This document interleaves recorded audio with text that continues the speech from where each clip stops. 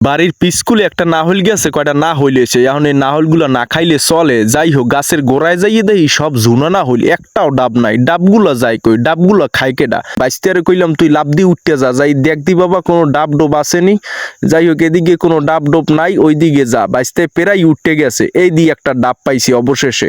হের হের ওইটা হিরিয়া হালাই দে দে, কমে হালাবি হেইয়া হালা নিচে দেইস, ফাটে ফোটা না যেন, আস্তে হালাইস আস্তে। এরে বাবা, হালার ফলাই দিস পাক্কা। এই যে পড়ছে দেখছো, একটা হইবে না তো আরো একটা পার। এই দেখছো একটু বুড়ো দেখতে আবার না হইল পারছে, এটা মন কয় জুনই গেছ। এই যে দেখেন মালটাকে দেখেন, এককালে গ্রিন কালার, কত সুন্দর দেখাইতে আছে, তাজা এই সদ্য পারা গাছ থেকে। এই জইছে আর একটা, এটা মনে করেন যে একটু জুনা টাইপের হয়ে গেছে, সমস্যা নাই, সব খাইয়ালাম মনে। আমি আবার সব খাই। শুরু করে দিলাম আমি ডাব কাটার পর্ব। ডাব কাটার অভিজ্ঞতা আমার 20 বছরের। ও কি আদি শক্ত বাজে, মন কয় এটাও জুনা হয়ে গেছে, সমস্যা নাই, হালকা হয়েছে, দেহি একটু খাইয়া প্রথম ডোকেই সেই ফিলিংস। আর একটা ডোক মারিয়ে দিলাম, আহা কি যে শান্তি গ্রামের বৈশা এইরকম নিজেগো গাছের ডাব খাইতে, যে কি যে শান্তি। হ্যাঁ, আপনাকে কেমনে বুঝামু কয়েন, আহা হা কি যে শান্তি। 3-4 ডোক মারিয়ে দিলাম। যাই হোক, আর মারা যাইবে না, গুড়াগাড়া আছে।